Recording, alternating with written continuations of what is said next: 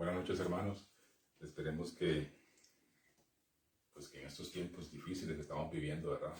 Y no lo digo así a manera de profecía. Sabemos que Estados Unidos, por ejemplo, está pasando por momentos muy difíciles, muy duros. Y es en ese contexto que lo menciono. Espero de todo corazón que usted esté bien y que lo que vamos a leer y a meditar, a reflexionar en esta noche, pues sea de mucha bendición para su vida. Recíbalo porque es palabra de Dios. La Biblia, inspirada por nuestro Dios, dada a nosotros para nuestro bienestar, para nuestra buena conducción en la vida. En esta noche vamos a estar leyendo el capítulo número 16 de Salmos. Si usted tiene su Biblia a mano, si está conectado, pues en este momento lo invitamos a que nos acompañe en la lectura, ¿verdad? Y si nos va a ver posteriormente, pues igualmente pedimos que corrobore lo que aquí se lee, ¿verdad? Y que Dios, nuestro Dios, también le hable a usted con la meditación posterior que usted va a hacer de este capítulo. Salmo número 16, dice así: Oh Dios, guárdame, oh Dios, porque en ti he confiado. Oh alma mía, dijiste a Jehová, tú eres mi Señor. No hay para mí bien fuera de ti. Para los santos que están en la tierra, y para los íntegros es toda mi complacencia. Se multiplicarán los dolores de aquellos que sirven diligentes a otro Dios. No ofreceré yo sus libaciones de sangre, ni en mis labios tomaré sus nombres. Jehová es la porción de mi herencia y de mi copa. Tú sustentas mi suerte. Las cuerdas me cayeron en lugares deleitosos, y es hermosa la heredad que me ha tocado. Bendeciré a Jehová que me aconseja. Aún en las noches me enseña mi conciencia. A Jehová he puesto siempre delante de mí, porque está a mi diestra, no seré conmovido. Se alegró, por tanto, mi corazón y se gozó mi alma. Mi carne también reposará confiadamente, porque no dejarás mi alma en el Seol, ni permitirás que tu santo vea corrupción. Me mostrarás la senda de la vida. En tu presencia hay plenitud de gozo. Delicias a tu diestra para siempre. Digamos que es una porción muy deliciosa que David en este caso pues dirige al Señor. Es un salmo profético en gran manera, porque se menciona mucho de lo que después el Mesías iba a hacer, ¿verdad? Es interesante, David pide protección al Señor. Si hay algo que David tenía, era una relación muy cercana con Dios. A pesar de sus errores, a pesar de su humanidad, David reconocía su necesidad por Dios. Dios conocía el corazón de David y Dios atendió al ruego de David en la mayoría de los casos. Hubo otras ocasiones también que David oró, pidió al Señor y Dios no le concedió algunas cosas. Pero en la mayoría de ellas sí, Dios escuchaba atentamente a David. David era una persona que amaba a Dios, le creía a Dios, respetaba a Dios, le temía. Y cuando hablo de que le temía, me refiero a ese temor reverente, ¿verdad? Que toda la creación debe tener para con Dios. Ese temor a sabiendas de cómo es Dios. Así como un papá debe disciplinar a sus hijos, David sabía que Dios a él también lo podía disciplinar en amor. Disciplina para algo positivo, no para destrucción. Y sí, como lo había dicho, Dios y David eran muy cercanos. Tenían una relación muy íntima, ¿verdad? Y como dije, pues Dios atendía a David. Dios conocía el corazón de David. David sabía que Dios era su Señor, era su gobernador. ¿Por qué? Porque Él le había entregado su corazón. Es algo que nosotros tenemos que tener ahora muy presente. Si hacemos Señor de nuestra vida a Dios, Él nos va a gobernar. Señor significa eso, gobernador, el que guía. Si le permitimos a Dios que sea nuestro Señor, Él nos va a guiar. Y nuestra vida, hermanos, va a ser mucho más sencilla. Porque a veces parece que la vida se nos desploma, ¿verdad? A veces parece que la vida es complicada. Pero si hacemos a Dios Señor de nuestra vida, nos vamos a dar cuenta que realmente no es tan complicada. De la mano de Él, la vida no es tan complicada. La Biblia nos dice que Dios no va a poner una carga mayor a la que nosotros podamos soportar. Nos vamos a dar cuenta de que efectivamente la vida no es tan difícil como muchas veces nosotros nos imaginamos. ¿Por qué? Porque a veces luchamos solos en nuestra fuerza, en nuestra capacidad, en nuestra inteligencia, ¿verdad? En nuestro ingenio. Es que nosotros podemos, nosotros sí, nosotros estos. Y nos perdemos de esa ayuda del Señor, ¿verdad? Es interesante porque para David no había bien fuera de Dios. Todo lo bueno que David tenía, sabía que era dado por Dios. Y algo superior al bien que era el caminar con Dios no existía. Para David todo lo bueno era estar con Dios. Y efectivamente así es, hermano. Todo lo que trasciende, todo lo que es realmente importante para la eternidad, está solo con Dios en nuestra vida. Todo lo bueno proviene de Dios. Y muchas veces esas cosas que consideramos buenas realmente no lo son. De hecho, la Biblia también habla, ¿verdad? Que si a veces tenemos algo que no está con Dios, debemos tenerlo por basura, dice la palabra. Porque algo mejor a Dios en nuestra vida, hermanos, no existe. No existe. No hay nada mejor en nuestra vida que el Señor. Es algo que tenemos que tener presente siempre. David menciona aquí que para él su herencia era Dios mismo. A ellos les tocaba por pertenecer a una tribu, vamos, en particular, pues una herencia específica, y lo menciona en este contexto. Entonces, David conocía perfectamente lo que significaba una herencia, pero para él, Dios mismo era su herencia. Dios mismo para él era esa porción que le tocaba. Y es hermoso cuando tenemos eso en cuenta. Vamos, yo nunca he recibido una herencia, tal vez usted sí, pero para David la mejor herencia que podía recibir era la presencia de Dios, era Dios mismo. Dios sustentaba la suerte de David. Muchas personas dicen que la suerte no existe. La suerte sí existe, hermano, sí existe. Y aquí se menciona de que la suerte es sustentada por Dios. La suerte sí existe y Dios decide a quién le da la suerte. Personalmente hablando, lo que no existe para mi concepto es la mala suerte. Eso sí no existe. La suerte sí está dada por Dios, pero la mala suerte no existe. Lo que sí existe son consecuencias de nuestros actos, ¿verdad? Consecuencias de nuestras malas decisiones, con quién nos juntamos, con quién andamos, qué decimos, qué hablamos, qué hacemos. A veces, es que la mala suerte. No, la mala suerte realmente pues no existe. Y mucha gente dice, digamos, que el trabajo duro y el esfuerzo se disfraza de buena suerte. No, la Biblia aquí dice que la buena suerte sí existe y es dada por Dios, es sustentada por Dios. Entonces, y David menciona también que en su momento él recibió una cuerda, pues en un buen lugar, en referencia a que recibió la ayuda por Dios en el mejor momento, en el momento que él más lo necesitaba. Es en ese contexto que se menciona, ¿verdad? Y David daba constantemente bendiciones a Jehová por sus consejos. ¿Nosotros podemos bendecir a Dios? Sí, podemos hacerlo. En agradecimiento. No es esa bendición como que la da el Padre a su Hijo, sino son bendiciones de agradecimiento, reconociendo quién es Él. Ese ser superior, ese ser que nos creó. Bendiciones se traducen en alabanzas, en obediencia. Se traduce en todo eso para nuestro Dios, y Dios lo recibe.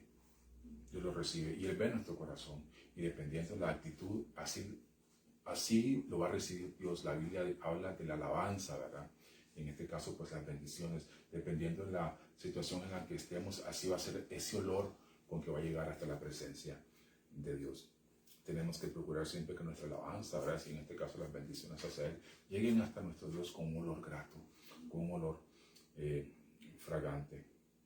Y del versículo 8 hasta el versículo 11 habla específicamente sobre lo que es la profecía sobre el Mesías que les hablaba. Entonces, poner a Dios delante en todo en nuestra vida es algo que tenemos que tener presente siempre. Dios siempre debe estar primero. A Dios no le gusta estar de segundo. Dios nos ama, hermanos, y nuestro Dios es celoso. Nuestro Dios quiere que nosotros lo tengamos a Él de primero siempre. Está bien, nuestros planes, nuestras metas, excelente, pero Dios, hermano, debe estar primero. Él nos ama tanto que se duele cuando nuestros planes, cuando nuestros negocios están primero que Él. Nos ama tanto que Él siente dolor por eso. Y se alegró el corazón de David. Dice, se gozó su alma. Primero dice que el corazón de él se alegró. Es interesante, me gusta mucho esta porción porque habla de lo que es la alegría y el gozo. Son dos cosas muy diferentes. La alegría, dice aquí, fue al corazón. La alegría es algo pasajero, es algo que se da por las circunstancias, es algo que llegó y se fue. Pero habla también del gozo. Dice que el gozo llegó a su alma. El gozo, hermanos, para los cristianos es algo que permanece, es algo que va directamente a nuestra alma, precioso. Es muy hermoso y hace la diferencia clara aquí acerca de lo que es la alegría y el gozo. Dice que su carne reposará descansando confiadamente en Dios, producto de la alegría que Dios da y más aún fuerte, producto del gozo que Dios da. Le voy a pedir a mi esposa que lea nuevamente el versículo 10 y el versículo 11, por favor, quiero recalcar algo aquí. Okay. Dice, porque no dejarás mi alma en el Seol, ni permitirás que tu santo vea corrupción. Me mostrarás la senda de la vida, en tu presencia hay plenitud de gozo, delicias a tu diestra para siempre. Habla aquí específicamente de algo muy importante.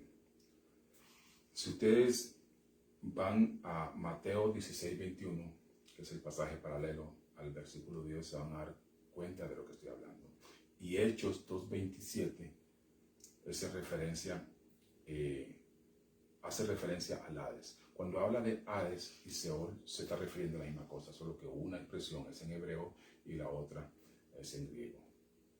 Es ese lugar de tormento donde las personas sin Dios van en una primera instancia. Digamos que una primera etapa, ¿verdad? El Hades y el Seol no es otra cosa que el infierno. Es ese lugar de tormento donde las personas sin Cristo, las personas que no decidieron obedecer, van a ese lugar. Este no es un chiste como muchas personas hacen, ¿verdad? Hacen mofa, hacen burla de esto. Dicen, nos vemos en el infierno, que el infierno aquí, que el infierno allá. Hay sectas que mencionan que el infierno no existe. El infierno sí existe, hermano. De hecho, Jesucristo murió para que nosotros no fuéramos al infierno. ¿Se han preguntado alguna vez por qué murió Jesucristo? Sí, para salvarnos. ¿Pero para salvarnos de qué? Sí, para salvarnos de que nosotros no vayamos a ese lugar, al infierno. Es muy, muy real. Y David aquí lo menciona en esta porción profética de este salmo. Mi esposa tiene algo que comentarles en este momento. Sí. ¿Es sobre lo del Hades, mi amor? Sí. Ah, ok. Listo. Muy bien. Entonces siempre al final de cada enseñanza, de cada lectura del Salmo y meditación, queremos estarles compartiendo el ABC de salvación para todo aquel que aún tal vez no ha tomado la decisión de entregar su vida a Jesús. Entonces esta es una manera como queremos animarlos a que lo hagan. Como dijo mi esposo, Jesús vino a salvarnos de la condenación eterna, de ir al infierno. Y tristemente ya no se enseña eso, ¿no es cierto? Muy pocos hablan del infierno. En las iglesias la gente tiene miedo de ofender a alguien tal vez o de asustarlo, pero esa es la realidad y Jesús habló del infierno muchas veces. Él lo describió como el lugar de llanto, crujir de dientes, donde el fuego no se apaga, el gusano está ahí atormentando y nunca muere. Entonces la urgencia, por eso fue que Él vino, porque Él sabía que había una urgencia, que necesitábamos ser salvos de ese lugar de tormento. Y su amor fue tan grande que Él no escatimó entregar su propia vida para nosotros, para que pudiéramos ser salvos. Entonces dice así, el ABC de salvación A: admite que eres un pecador y arrepiéntete, abandona tus pecados. Ante la ley de Dios todos somos culpables de pecado, y la Biblia advierte que si eres culpable terminarás en el infierno. Esa no es la voluntad de Dios, pues Él no quiere que ninguno perezca, sino que todos abandonen sus malos caminos. B. Busca el perdón de Dios a través de su Hijo Jesús. Dios envió a su Hijo a vivir una vida sin pecado, a sufrir y a morir en la cruz por ti. Jesús tomó sobre sí mismo tu castigo. Después Él resucitó de los muertos y venció la muerte. De esta manera, Dios proveyó salvación para todo aquel que se arrepiente de sus pecados y cree en Jesús. Confía en Jesús y en lo que Él hizo por ti en la cruz, y Dios te dará la vida eterna. Luego confiesa tu fe en Él como Señor y Salvador a otros, lee la Biblia cada día y obedece sus enseñanzas. Digamos que es una forma sencilla de presentarle a usted a Jesucristo, digamos que de guiarle a usted hacia la salvación, porque somos instrumentos de Dios, no nos debe dar vergüenza el mencionar, somos instrumentos de Dios, y para Dios la gloria y la honra por siempre, hermanos. Es una forma muy sencilla de decirle a usted, de hacerle saber a usted cómo puede hacer para llegar hasta Jesucristo, muy bíblica, no estamos inventando nada, todo está en la Biblia, hermanos, para presentarle a usted a la persona de Jesucristo y hacerle saber a usted que usted puede ser salvo, de que usted no vaya a ese lugar de tormento cuando pase a la siguiente etapa de vida, porque nosotros nunca vamos a morir realmente, y no estoy hablando de fábula. Este cuerpo, como lo mencionaba anteriormente, este estuche, por decirlo así, sí va a desaparecer, hermanos, pero nuestra alma es esa parte eterna que Dios ha puesto en cada ser humano, nunca va a desaparecer, hermanos, nunca va a morir. Y Dios quiere que cuando pasemos a esa siguiente etapa de vida, pasemos con Él por toda la eternidad y no vayamos a ese lugar horrible, hermano. No sé cómo escribirlo, espantoso. Dios no quiere que usted vaya a ese lugar. Jesucristo vino y entregó su vida para que usted no vaya a ese lugar. Sabemos que nuestro entendimiento no puede, digamos que captar o resolver eso al 100%, pero es algo que usted debe recibir por fe en su corazón. Jesucristo vino y murió por usted para que usted no vaya a ese lugar de tormento. Acéptalo, hermano, créalo, y va a pasar con Dios esa eternidad que le mencionamos, esa segunda etapa de vida que le mencionamos al lado de nuestro Señor Jesucristo por siempre. Que Dios le bendiga. Vamos a orar en este momento por nuestros hermanos y las personas en general que están pasando problemas muy serios en Estados Unidos, en el estado de Texas específicamente. Gente ha muerto, gente que la está viendo muy difícil, porque llegó una ola de frío muy fuerte que no se esperaba realmente. Fue algo totalmente inesperado, en un estado donde normalmente el frío no llega a esas temperaturas. Acompáñenos en oración y le motivamos que posteriormente también usted pida por ellos, por los cristianos y por los no cristianos, vamos, porque si usted es cristiano, sepa que las personas que no lo son su prójimo. De hecho, el segundo gran mandamiento dice: ama a tu prójimo como a ti mismo. También tenemos que pedir por ellos. Oremos. Papá, te damos gracias en este momento por la oportunidad de llegar hasta usted, Señor. Sí, Señor. Hasta tu trono de tu gracia, papito. Tenemos la oportunidad de llegar con toda libertad hasta usted por medio de nuestro Señor Jesucristo, por medio de lo que Él ha hecho, Señor, en nuestra vida. Gracias por escucharnos. Gracias por no ver nuestras imperfecciones. Gracias por inclinar tu oído a nuestras palabras de agradecimiento y peticiones en general. Venimos poniéndote, Señor, a todas las personas en Estados Unidos y específicamente en el estado de Texas, Señor. Situaciones muy duras. Uno no pensaría que en Estados Unidos gente iba a morir por algo así. Somos el país más desarrollado del mundo. Pero vemos que ante lo inesperado, ante la naturaleza, Señor, el ser humano no tiene cómo defenderse. Entonces, te pedimos que intervenga, Señor, porque usted sí puede hacerlo. Usted sí controla los elementos, Señor. Usted sí controla la naturaleza. En el nombre de Cristo, Señor, te pedimos nos escuches. Te pedimos que tomes control de toda la situación, Señor, que los efectos sean minimizados o eliminados, Padre, en su totalidad. En el nombre de Cristo, Papito, te pedimos que tomes control de eso. Te pedimos consuelo para las personas que han perdido seres queridos, Padre. Fortaleza, Señor, para nuestros hermanos en la fe que están allá y para el prójimo en general, Papito.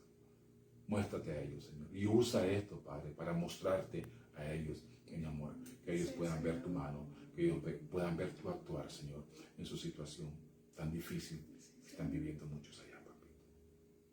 Gracias, Señor, por escucharnos. Alabado sea tu nombre, Papito, por siempre de parte nuestra, Señor. Como David lo hizo, Señor, nosotros también lo hacemos. Te bendecimos, Señor, en nuestra imperfección, en nuestras debilidades, Padre. Bendito seas por siempre, Dios. En el nombre de Cristo Jesús oramos. Amén. Amén. Que pasen buenas noches. Así Y muchas es. gracias por acompañarnos. Hasta luego. Hasta luego.